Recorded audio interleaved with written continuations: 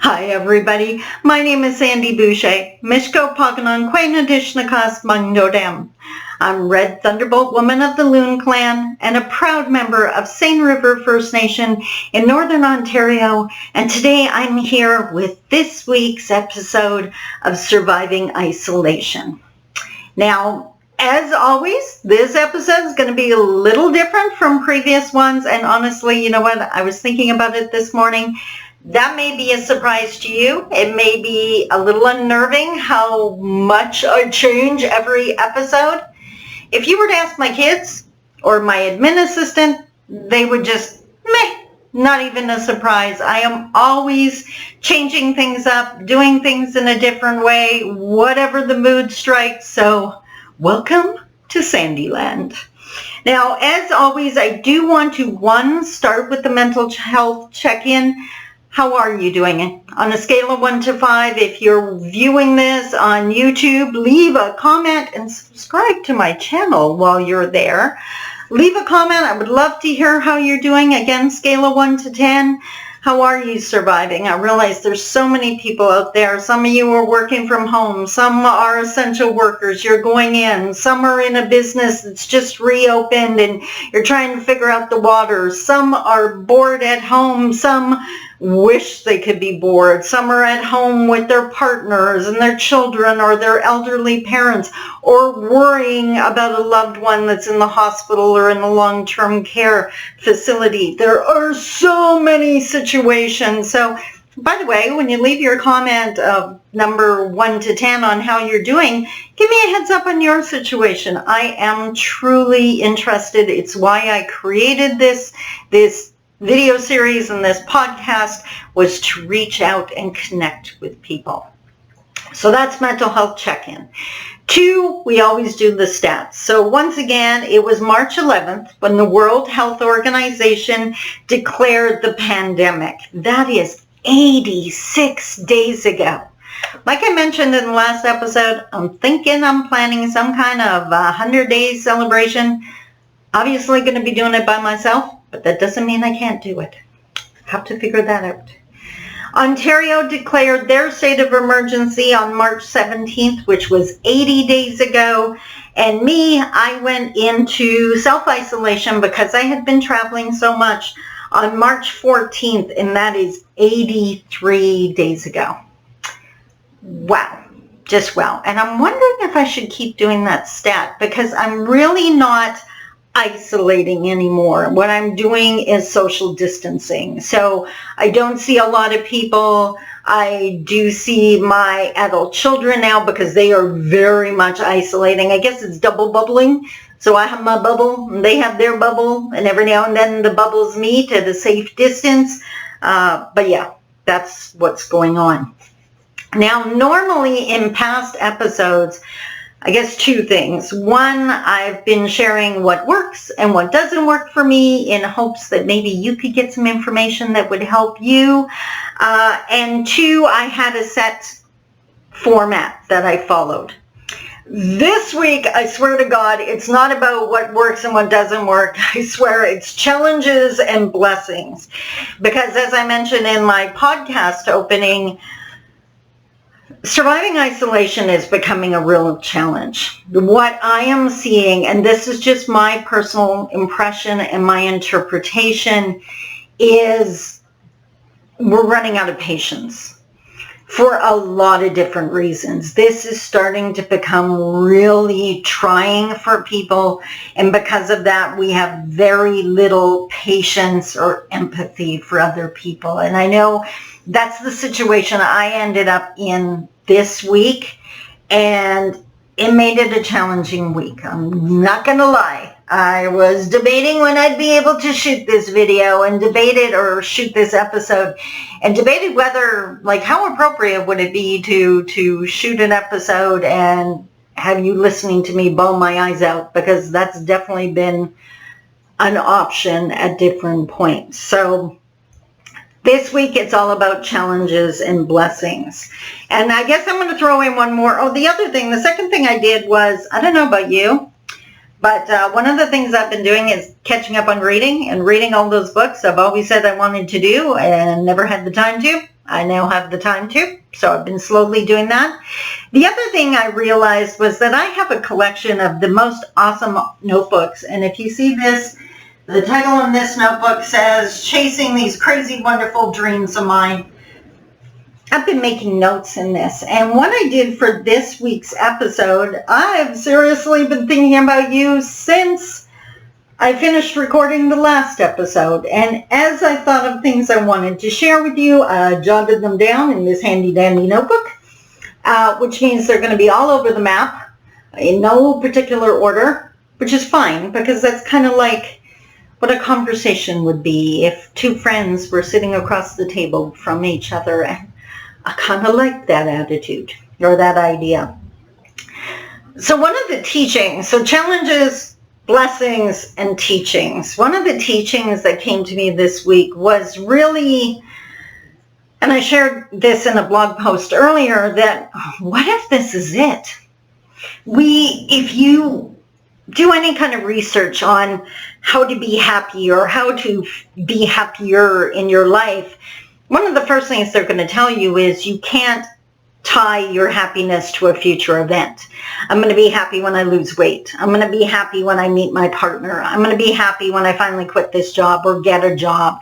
I'm going to be happy when I get my degree. I'm going to be happy when I buy my house. Tomorrow's not guaranteed to anyone. What if that doesn't happen? Does that mean you're just not going to be happy for the rest of your life? So one of the things I realized is, like, so many people were counting when this is over, and we don't even know what that's going to look like, that's when I'll be happy. And I realized, wow, I'm 56 years old. We don't get a mulligan here. We don't get to do this time over. So I need to focus on being happy now and enjoying this time. And that really, really helped me. That shift in mental attitude really helped, because I'm not as productive I used to be, or maybe I'm productive in different ways, but there was a time where I was kind of like beating myself up for that I'm not getting as much done, and asking myself, like, but am I happy? Am I, like, is the stress level down? Am I okay? Really, really helped me to adjust. So there you go, guys. Maybe that will help you. For me, just being happy, well, for one, is writing. I've always said that I could give up breathing easier than I could writing. So definitely writing, creating, designing the new seminars that I'm going to be offering online shortly. That's really been a joy. As I said, getting caught up on those books that I've wanted to read. I've organized them. I've set a priority, and just I tried to do a book a week. Which has proven to be a real challenge, because the one I'm reading now isn't like a sit down and read book. It's more like a manual or a workbook, and you got to stop and you got to answer questions and whatever. So again, I'm just giving myself time. The other thing I've discovered, I don't know if you've ever done this, and this is probably more to the ladies than the guys listening. If you go to Netflix, and in search, you type in, all you can type is the word romantic. You don't even need to type romantic movies. I swear to God, you get this huge collection of weeks and weeks of crying potential. So that's what I'm doing in my evenings. I watch movies, and I never watch movies. So that's a good thing. The other thing, now this happened the other day. I had a really super frustrating day, and I think for a lot of us, those are happening. So something wasn't working the way I wanted it to, and it was dependent on someone else, and I have no control over what goes on in their world, but it really meant I got bogged down. I couldn't achieve what I wanted to achieve for the day, which is the epitome of frustration for me. So suddenly I just got this idea, you know what, I can't move the needle on that goal. And when I say move the needle, think of your gas tank. You're getting closer to full, which would be completing the task or achieving the goal. I couldn't move the needle on that goal, so I thought, you know what, switch goals. I have several different goals. So I'm going to jump ahead here. In past episodes, I talked about counting steps and doing my steps a day. And I think I had like a 2,000, 3,000 steps a day goal, which is kind of embarrassing to admit now. But what happened, this is a true story. What happened, I was on YouTube and I was looking at, trending topics. And for some reason, over in the corner where you have all the options, was a video about Jessica Simpson, who is not the most well-known movie star, actor, musician, whatever. I'm not someone I follow in any way, shape, or form, but if you find the video, you're going to see why it got my attention, because it shows a picture of her, and she is in epic shape, like holy crap, and she just had her third child or whatever, and I was like, whoa, that got my attention. So it was a video on her amazing results, and I love the quote was, she said that she hates it when people say she bounced back after having her baby, because she didn't bounce back. She worked her tush off, and it is so obvious. But in the video, they interview her trainer, and he said, or they asked him, if you had to come up with 3 things you would recommend to get in the shape that Jessica's in, and of course 3 things aren't going to do it, but what would be the most important, the top 3? And the 3 things he said was 12,000 steps a day minimum. Get more sleep. And I can't remember what the third one was. And it wasn't water, which really surprised me. I can't remember. You're going to have to go find the video. But 12,000 steps resonated with me. And even at that point, I probably wouldn't have attempted that as a goal, except I had done like 5,000 steps one day. And then me and a friend actually went out to see a local landmark that I had never had the chance to see. I'd never taken the time to see. I guess I always had the chance. I never took the time. And at the end of that day, I looked and I had like 10,000 steps. So I realized 12,000 was doable. Well, long story short, I think today is day 5 or day 6 that I've done 12,000 steps. And on top of that, which is what got me on this topic, the other day, as I mentioned, I was having a super frustrating day and I wasn't achieving that goal. So I decided to shift to a new one. And instead of inhaling the fridge and instead of heading to the chip cupboard, I decided, you know what? I'm killing my health goal today. And on that day, which I think was 2 days ago, I did 20,000 steps that day. That is, for the people that don't know, that's the equivalent of 15 kilometers in my condo. So don't tell me you can't do it. I am already the weight that I was when the pandemic started, which is amazing. Even more importantly, 1, it's fun. I love doing it. 2, I'm already feeling the difference in my cardio. So, and by the way, I'm not walking. I am dancer's eyes. I am dancing for 12,000 steps a day. I can already see the difference in my body. And I love the fact that where the change is happening is in my core. It's not my legs, it's not my arms, which is what happened to me in the past with different exercises. It's my core, and my core needs that attention. As I mentioned, I'm 56 years old. I want to be crushing it at 66 and having people not be able to believe what my age is because I'm in such great shape.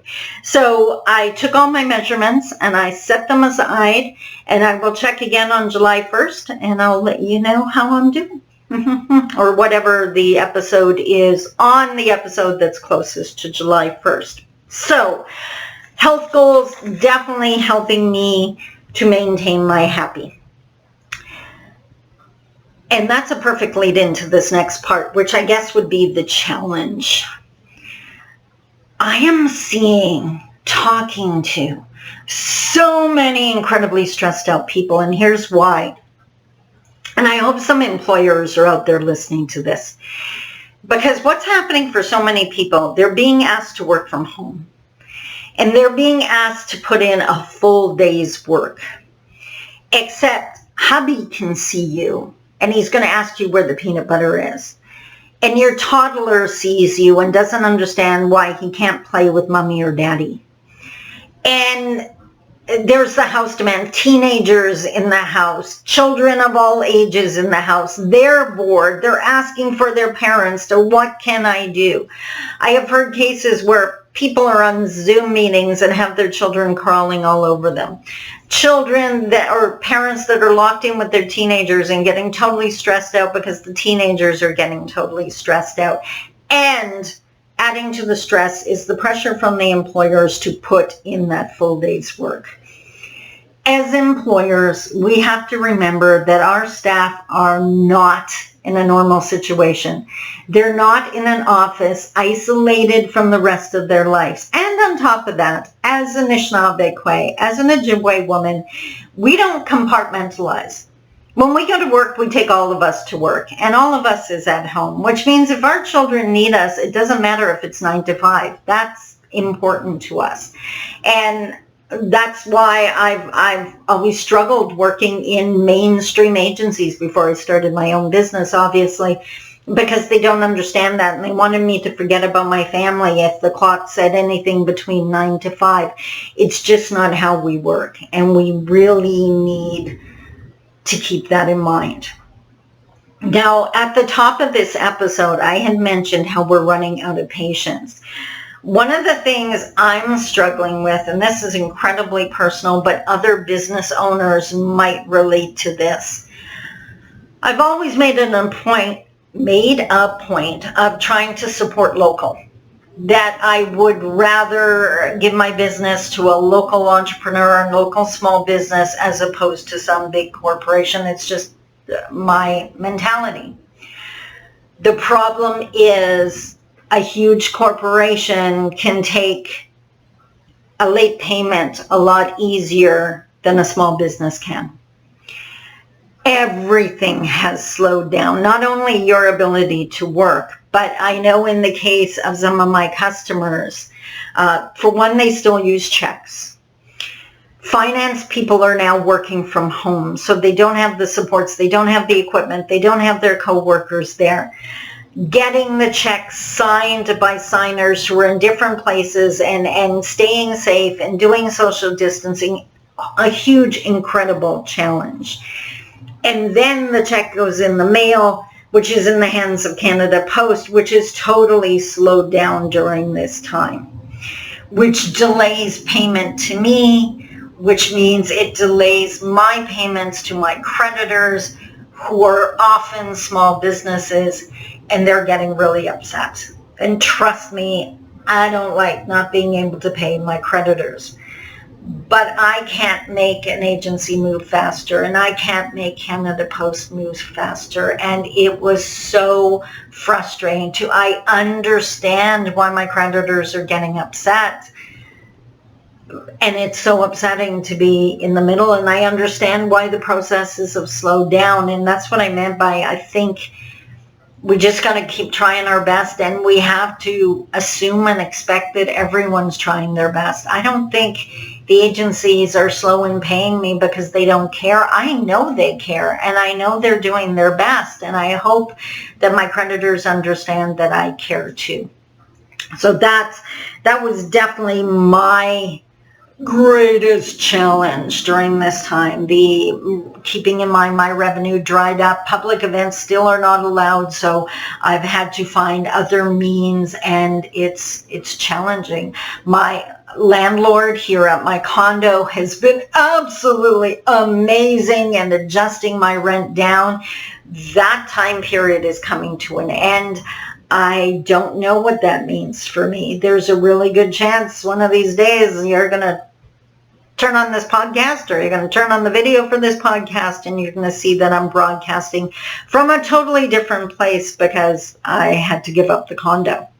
So, but I have my health, and I have my future, and I have my determination, and I will rise again no matter what the challenge is.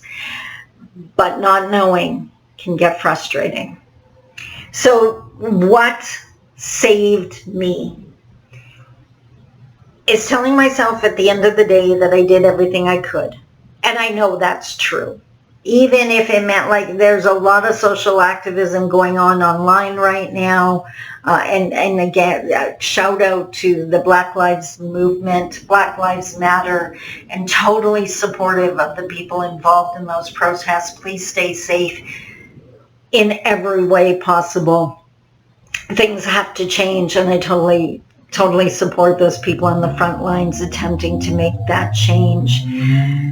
Because I'm involved a lot in social justice and social activism, there are days that I don't get to all my goals, and I'm totally okay with that. At the end of the day, I'm getting really good at acknowledging that I did everything I can. The other thing I always ask myself is, did I move the needle? That's all that matters. If I moved the needle, even the tiniest bit, and again, that gas tank, right? So am I closer to my health goal because of what I did today? Yes, I ate properly. Yes, I got in my 12,000 steps. Yes, I moved the needle. Did I help people to understand issues? Did I share? Did I educate someone today? Well, based on the posts I share, yeah, most days I can say that. Did I get in some writing, so for future projects? Did I read to increase my knowledge base? That would be moving the needle. And last one, the goal I've set now is one more video. Whether it's shooting this episode or my Teaching Tuesday videos and podcasts, or a video for one of my upcoming video seminars, every single one of them is moving the goals. I'm in the process of editing my new book, so if I can do another section in that book, then I'm moving the needle. If you had an amazing conversation with your partner or your children or a colleague today, you moved the needle on that relationship. If you got the rest you needed, you ate healthy, then you moved the needle on honoring yourself. So it's up to you to identify the goals and just give yourself a break. Do what you can, but do your best to move the needle. We don't want to be further behind when all of this ends, in whatever form that is. So that is this week's episode. I hope you enjoyed that. It has been challenging, not gonna lie. There were times where I just had to shut down the computer and just walk away. Days where I did 20,000 steps. But I'm going to be here, and I will be here next Friday, and I'm still going to be asking, how are you doing on a scale of 1 to 10? Until next week, please take care of yourself. Stay well, stay safe, and in whatever way you can, do your best to please stay home. I love you. Talk to you soon. Bye-bye.